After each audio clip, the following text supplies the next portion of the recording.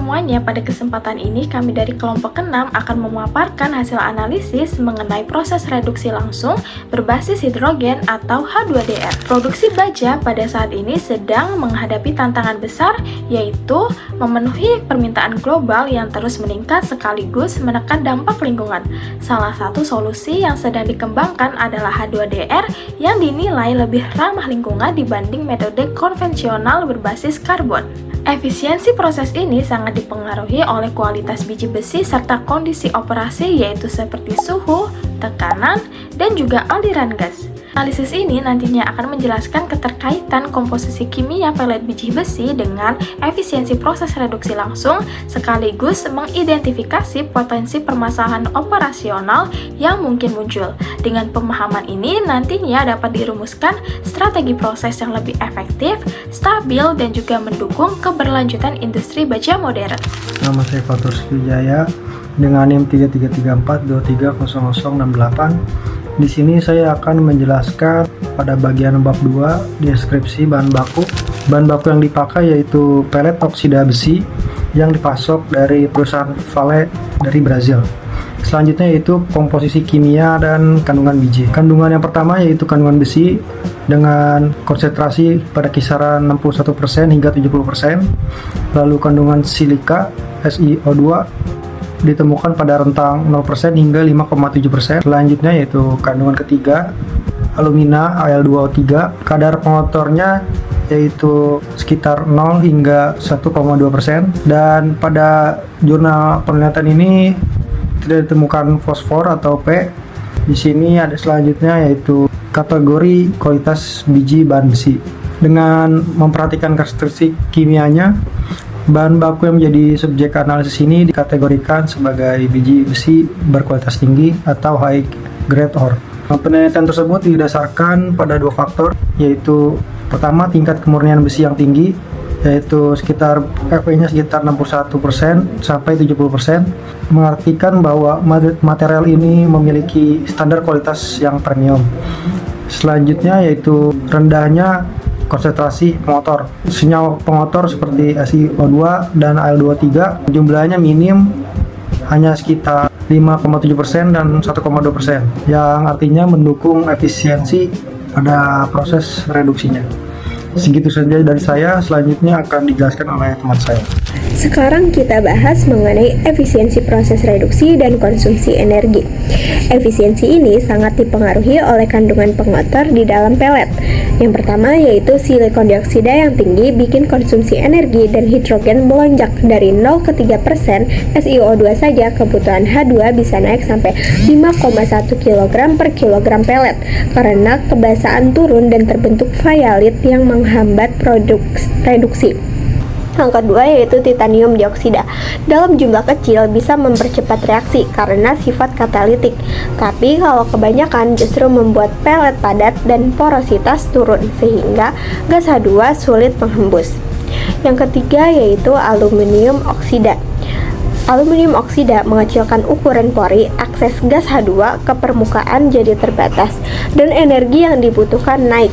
Yang keempat yaitu kalsium oksida. Kalsium oksida sekitar 1% berat justru membantu karena membentuk pori besar yang mempermudah masuknya gas H2 dan meningkatkan efisiensi. Selanjutnya yaitu kita akan membahas mengenai hasil logam atau yield. Biji kualitas rendah dengan pengotor tinggi membuat konsumsi H2 lebih besar untuk besi yang sama, sehingga yield turun. Kadar besi yang lebih tinggi, misalnya dari 61 ke 67,5%, menurunkan konsumsi H2 dan meningkatkan yield. Pengotor juga menurunkan kemurnian produk karena membentuk fasa perantara yang butuh H2 ekstra untuk direduksi. Permasalahan operasional yang sering muncul. Yang pertama, channeling, yaitu ketika gas produksi hanya lewat jalur tertentu sehingga produksi tidak merata, biasanya karena aliran gas tidak optimal atau distribusi ukuran partikel tidak seragam. Yang kedua, overreduction dan sintering, muncul saat suhu di atas 1100 derajat Celcius. Besi yang terbentuk melunak, porositas turun drastis, Yang ketiga bridging, yaitu pelet yang melunak lalu saling melekat membentuk agregat padat yang menyumbat reaktor, menaikkan tekanan dan menghambat aliran gas.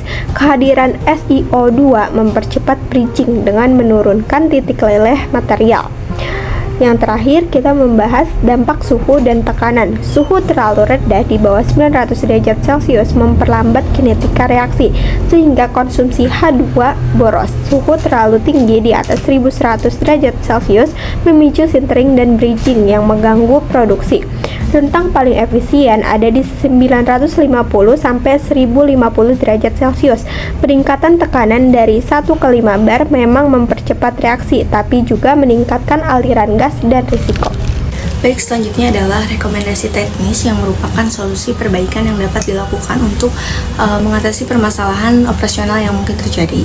Yang pertama ada potensi channeling. Untuk mengatasi potensi channeling ini, aliran gas dapat dibuat menjadi lebih merata dengan mendesain sistem distributor multizona yang dilengkapi dengan flow straightener dan balancing valve, serta dilengkapi pemantauan beda tekanan sektoral untuk mendeteksi jalur aliran yang tidak homogen sebagai salah satu dari tindak preventif. Selanjutnya ada over reduction dan sintering. Untuk mencegah reduksi berlebih dan pelengketan, suhu operasi harus dipastikan berada pada rentang 950 sampai 1050 derajat Celcius dengan pengaturan run up, pemanasan yang terkendali dan interlock otomatis pada suhu maupun komposisi gas. Selanjutnya ada bridging, yaitu resiko penggumpalan dapat dikurangi dengan menyaring pinch dari bahan baku menggunakan vibrator atau pulse jet pada hopper atau outlet, serta merancang outlet hopper berbentuk konikal dengan linear low friction supaya material tetap mengalir lancar. Selanjutnya ada tekanan. Tekanan sebaiknya dioperasikan pada kisaran 1 sampai 1,5 bar absolut sebagai kondisi dasar dan hanya dinaikkan bertahap hingga maksimal 2 bar setelah verifikasi CFD atau uji pilot, karena tekanan lebih tinggi cenderung meningkatkan konsumsi H2 dan resiko channeling. Selanjutnya kesimpulan yang dapat diambil adalah komposisi pelet spesifiknya. Keterdapatan oksida non-ferrous memiliki pengaruh yang signifikan terhadap struktur porositas, sehingga menimbulkan efek yang beragam terhadap konsumsi H2. Mikrofori yang terkait dengan oksida tertentu dapat meningkatkan konsumsi, sedangkan porositas yang lebih luas seperti yang terkait atau terikat dengan CaO justru menurunkannya. Interaksi antara tingkat kebasahan atau basicity dan temperatur terbukti sangat penting dan memerlukan keseimbangan yang tepat untuk mencapai efisiensi dan meminimalkan konsumsi H2. Hubungan yang kompleks antara kerapatan pelet dan temperatur menunjukkan bahwa kerapatan yang lebih tinggi dapat menyebabkan konsumsi yang lebih besar meskipun laju reaksi meningkat. Interaksi TiO2 dengan SiO2 dan Al2O3 membentuk fase terak seperti titanat dan aluminosilikat yang mengurangi porositas pelet dan permeabilitas gas. Hal ini membatasi difusi hidrogen yang pada akhirnya menurunkan laju reduksi serta meningkatkan konsumsi hidrogen pada pelet dengan kandungan TiO2 tinggi. Pengendalian kandungan TiO2 juga sangat penting untuk mengoptimalkan konsumsi hidrogen dalam proses reduksi.